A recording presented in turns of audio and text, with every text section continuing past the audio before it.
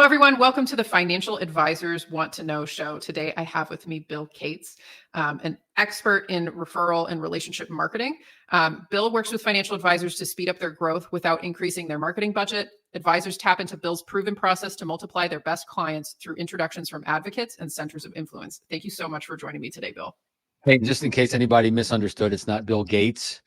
All right. I missed it by one letter. Bill Gates has a lot of money. I'm going to help you make more money by meeting and serving more clients. I love that. So we were talking a little bit in the pre-show about kind of going through the umbrella of relationship marketing. So could you just give a brief sketch of kind of the categories and the, what's under that umbrella for you? Yeah, very quick. We got the 3 R's actually. It's relevance, reputation, and referrals. And so with relevance, we actually always have to be relevant, right? That's important no matter what. But how do we communicate our value and it's more relevant to prospects and clients? How do we talk about our differentiation? How do we get clear on who we're trying to attract? All the aspects of strategic and tactical relevance.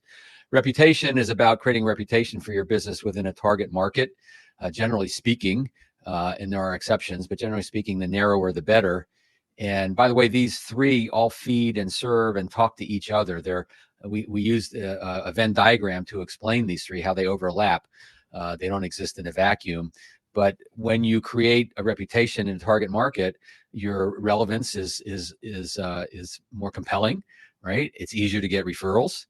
And then finally, referrals, multiplying your best clients, and not just referrals, but these days we've been emphasizing introductions. And in fact, I recommend everyone listening, if you're with a prospect, client, center of influence, and you're getting proactive around this, make sure you use the word introduction, use the word that represents what you really want. So relevance, reputation, and referrals. That's great. And let's dig a little bit into just the referrals piece. Sure. Because like you were saying in the pre-show, that's where a lot of the fast traction can be for advisors. Yes. What would you say, for advisors who aren't happy with the current level of referrals they're getting, what they should be considering, first steps for improving that? Sure. Well, first of all, you've got to be referable. And one barometer of referability is that you are getting referrals without asking. Most of the folks listening, watching this probably are getting some unsolicited referrals, and those are great. Those count. That's a sign of good relationships, as long as they're the right kind. Right? Sometimes we get unsolicited referrals that don't match our business. So that's one element that needs to be attended to. And really, if you just serve your clients well and you communicate who you served well, so they're kind of clear, you can grow incrementally, certainly through referrals and introductions without even asking, without being proactive. But if you want to create exponential growth, if you want to grow faster, then you have to have a level of proactivity. It could be promoting or encouraging introductions. It could be straight away asking, which we can talk about. But a lot of times it's that proactivity that's missing. People come to me for coaching and they say, Bill, how do I do this without looking like the creepy referral guy? I hear creepy referral guy, cheesy referral guy, sleazy referral guy. I've heard it all. Yeah. And the good news is there is a way to do that. And we can talk about that today. Yeah. So what's the way? I think that's the golden question, because what you were saying with that, I don't want to be cheesy. I don't want to seem thirsty. I don't want to seem needy. Right. But you want to grow your business, right? Yeah. So let's get into it. Yeah, so I'd like to work on 3 levels: principles, strategies, and tactics. And I'll cover all 3 right now. So one of the principles, by the way, is you have to be referable. Another principle around asking for referrals, introductions properly, is to make sure it's coming from a client-centered, value-centered perspective. The way referrals have been taught for so long in this industry, and why a lot of people are reluctant to do it at all, is because it's been an advisor-centered method. It's, let me tell you how I get paid. I get paid in 2 ways or 3 ways, or I'm trying to build my business. I can really use your help. And while there's nothing wrong with asking for help, in this case, we're asking for help to help others to bring the value. It's about paying it forward. Let me give you a specific example. I've been coaching one advisor out of New Jersey. When I met him, he had $365 million under management, already doing pretty well.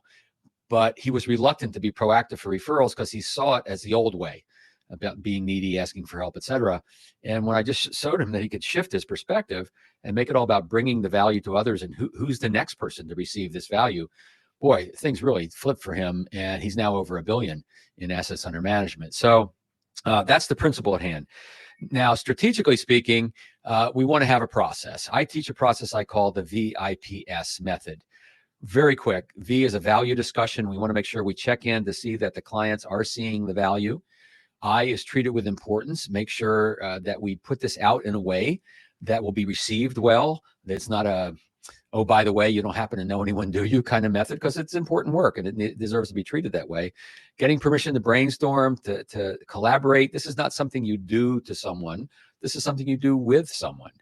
And then the last one, S, suggest names and categories. That's what I call the bullseye referral, where we come prepared with specific people we know they know. Now we're getting tactical, right? Specific people we know they know that we've picked up through working with them in the past, and or categories, the traditional money in motion, life event categories. Because look, if an advisor looks at his or her book of business, my guess is a predominance of those clients, 70, 80%, you got on their radar because they had something going on in their life.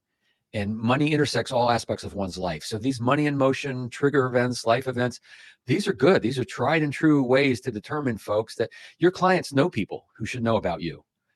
But they don't realize they know people until you help educate them a little bit about the types of categories that people are going through. So that's in a nutshell, right? It is we're proactive. We're proactive in a way that's it's about the value. It's about paying it forward to others. And then it's a collaborative event. So nobody feels pushed into doing anything they don't want to do. It's okay if they don't want to do this. That's great. And for people looking to, because I'm like very systems oriented person, it's like, okay, great. I'm going to put together, a meeting agenda that isn't going to be client facing, but in my mind, it's like, this is what I'm looking at when I'm having this conversation. Okay. What kind of cadence would you recommend people have these conversations with their clients on? Is this just an annual thing? Like, right. How often should they be having this conversation? Well, let me give you a little formula, and formulas are meant to be broken. By the way, I love the fact you use an agenda, and I think even having a client-facing agenda is okay. And on the agenda, near the end, could be the words value discussion or value check-in, and that that's going to be the place to check in to make sure they're seeing value. That's great. And then you may ask, you may not, you see how it goes, but it's built into the agenda. And if you share the agenda with a client, then you're kind of obligated to hit all the items. So it kind of holds you accountable a little bit, right?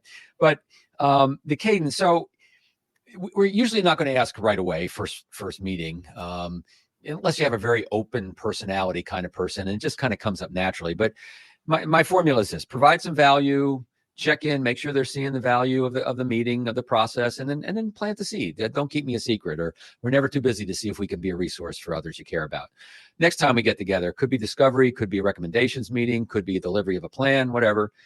We've been through a process, tell me the value you feel you're getting. So the first two, we're going to check in for value and plant the seed. The third time we get together, it's kind of the charm. That's when it's time to come prepared and be ready to explore a little bit further. That's something you can do early in a relationship, within the first 100 days, certainly. And then, probably at least once a year, you want to have this conversation. Again, it's going to depend a little bit on the personality of the client. Look, there'll be some folks that just don't want to do this, and you'll see it, and you back off gracefully, and you haven't hurt the relationship because you're only asking people that are seeing the value, and you may never ask them again. Others may be very forthcoming, and you can ask a little more often, come prepared each time a little bit more. So, that's kind of the cadence. But I do recommend this value check or this expectations check to do almost every meeting. That's something, whether you promote or ask after that, just check in, because one of the killer of relationships we know is when there's been a problem that hasn't been communicated and hasn't been resolved, and maybe they just need to get the negative energy out of the way. So we want to check in on a regular basis. And the principle here is that a relationship that's had a problem that's been handled well is a stronger relationship than one that's never had a problem. So we're looking for these issues. We're looking for little gaps in expectations to make sure that we have a strong relationship with our clients, and that'll make us more referable in the long run. I love that. That's such a great concept to put at the end of every meeting. I love that. Thank you. So for advisors who are skittish about implementing this, because, okay, this is going to be my first at bat having a more active referral asking process. Yes. How do you recommend they, do those first couple of at bats where they're more afraid they're going to strike out, and how they can approach this in a way that, it's going to be lower pressure for them and that they can get comfortable with having these conversations? A few things here. First of all, make a love list. The love list, clients who love you. Now, don't say all your clients love you. Yeah, maybe they do, but I'm talking about the ones who really love you. You can kind of bumble through this. They'll feel sorry for you and still give you referrals. And clients who've already done this, whether you asked or not, that's your love list. That could be 10, could be 20, can be 30, depends on your practice. So you want to look at that. Then you want to maybe ease into it. If you've not been asking on a regular basis, it's hard to go from 0 to 60 right away. So do the value check, do the expectations check, and then plant the seed. Don't keep me a secret. Never too busy to see if we can be a resource for other people you care about. Teach people how you would handle it. In my book, The Language of Referrals, I give about 11 different ways to plant the seed. And then so you ease your way into that asking over time. So you don't have to do it all at once. You just ease yourself into it. Yeah, that's great. So I think we have a little more time to talk about maybe the two other parts of the umbrella. So between relevance and reputation, where do you think is like the next biggest place that advisors should focus on, kind of once they're toes dipped in the referrals, they feel like they're getting traction there? Where should their energy be directed? Yeah, let's talk about relevance, because that's about how you talk about your value. And if you're going to start being a little more proactive, then you better have a really good value prop ready to go, right? Because you're going to be needing to communicate that with other people. Plus, the clearer you get on your value prop and communicate that with your current clients, that kind of teaches them how to talk about you as well. So one thing I want to hit on is there's a lot of talk about what makes you different, differentiation. Now, I'm not saying that we shouldn't know what that is. It depends on the situation. If you're in a competitive situation, if you're going after folks with a lot of money who are probably interviewing more than one advisor, then certainly you need to know what makes you a little bit different, as long as that difference matters. In my book, Radical Relevance, one of the rules of relevance is only differences that matter. Now, I'll tell you what doesn't make you different. The fact that you care about your clients, the fact that you give customized solutions, the fact that you have great service. I'm not saying you don't talk about those things, you should, but they're not differentiators because everyone else is doing it. Now, the neat thing about a target market, a vertical market, employees in a large company or business owners in a certain industry or medical practices or, all the various types of target markets, is your value is going to be more readily present, and your differentiation is there. That's a differentiator that makes a difference. So, but if you're not in a competitive situation, clients don't care so much about what makes you different as, are you right for them? That's what they really care about. And if there is a differentiator that makes you right for them, then you certainly want to have that. But really building trust and building trust through questions, through getting to know people. I interviewed a guy from my podcast who has like a 95% conversion rate from prospect to client. And he does it because of all the questions he asks and how he really gets to know the prospects. And therefore, any recommendations are so relevant. I mean, they're radically relevant, tailored, specific. And that person feels like, this advisor knows me, understands me. Why would I go with anybody else? So that's a little bit about relevance and getting to know your prospects and clients in a super relevant way. Oh, that's great. I love that. That's great. Great feedback. Well, thank you, Bill, for joining me today. I really appreciate the time, and just, in such a short amount of time, you were able to go so deep. It's amazing. So for people who are looking to connect with you, and more specifically, you've got a new book out, where should people connect with you, and maybe talk a little bit about kind of the new book and where people can get more resources? So languageofreferrals.com, languageofreferrals.com. There's a little video there, fun video, and you can learn about the book and go to Amazon after that for that if you want. We got it in Kindle, got it in audio, because it's the language of referrals. It was important that I did an audio version so people could hear how I deliver the language. And a lot of free resources. If you just want to dip your toe into my world and get some things for free, some guides and videos, just go to referralcoach.com/resources, referralcoach.com/resources. Lots of complimentary items there. You can sign up for our weekly tips if you want, and reach out and let me know what your questions are. Awesome. Well, thank you so much, Bill. This was a fantastic episode, and I took things away that I'm going to use in my practice. So that's how you know it's good. You bet. My pleasure. Awesome. Well, thanks for joining, and everyone listening. Those resources will be in the show notes near wherever you're interacting with this. And please feel welcome to reach out if you have feedback for us on the episode. Want to get connected with Bill. Thanks again.